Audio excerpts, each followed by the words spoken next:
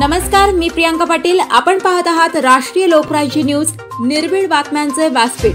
आज आपण दिवसभरामध्ये घडणाऱ्या घडामोडींवर नजर टाकूया. वंचित बहुजन आघाडीचे राज्य उपाध्यक्ष प्राध्यापक किसन चव्हाण यांच्या दणक्याने आखेगाव येथील तळे ससाने दलित वस्ती रस्त्याच्या कामाला वाचा फुटली.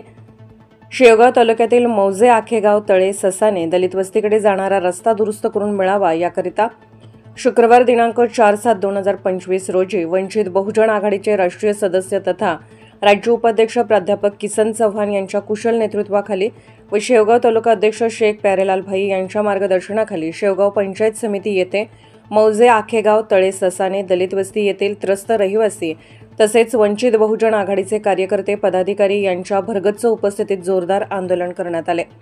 यावेळी सामाजिक युवा कार्यकर्ते सदाभाऊ खर्चन, रवींद्र निळ, राजू पठाण, वकील भागवत सर, शेख सलीम जिलानी, अरुणभाऊ खर्चन, रवींद्र ससाने, अर्जुन खर्चन, विनोद तांबे, राजूभाऊ खर्चन, राजू निकाळजे तसेच महिला भगिनी शारदा खर्चन, शांता खर्चन, शनोबी पठाण, वैशाली ससाने, शीला खर्चन, मनीषा तांबे व इतर सामाजिक कार्यकर्ते पदाधिकारी तसेच महिला भगिनी मोठ्या संख्येने उपस्थित होते. या प्रसंगी महापुरुषांच्या जोरदार घोषणा देऊन निष्क्रिय अधिकारी ग्रामसेवक यांचा जाहीर निषेध करण्यात आला. डॉक्टर बाबासाहेब आंबेडकरांचा, ज्योतिबा फुलेंचा, बाळासाहेब आंबेडकर तुम आगे बढ़ो, जवान सर तुम आगे बढ़ो. कोण म्हणतो देणार नाही, कोण म्हणतो देणार नाही. मागतो आम्ही मागतो आम्ही हक्काचं.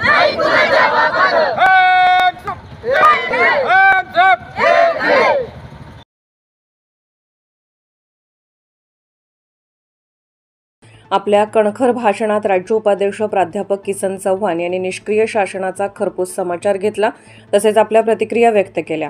या आंदोलनात महिला, शालेय विद्यार्थी, विद्यार्थिनी, वयस्कर व्यक्तींचा मोठा सहभाग होता. लेखी पत्र दिल्याने तात्पुरते आंदोलन स्थगित करण्यात आले. शेवगाव प्रतिनिधी आदिनाथ दिंडे. ताज्या बातम्यांसाठी आणि अपडेट्ससाठी राष्ट्रीय लोकराज्य न्यूज चॅनलला सबस्क्राईब करा तसेच लाईक आणि शेअर करा.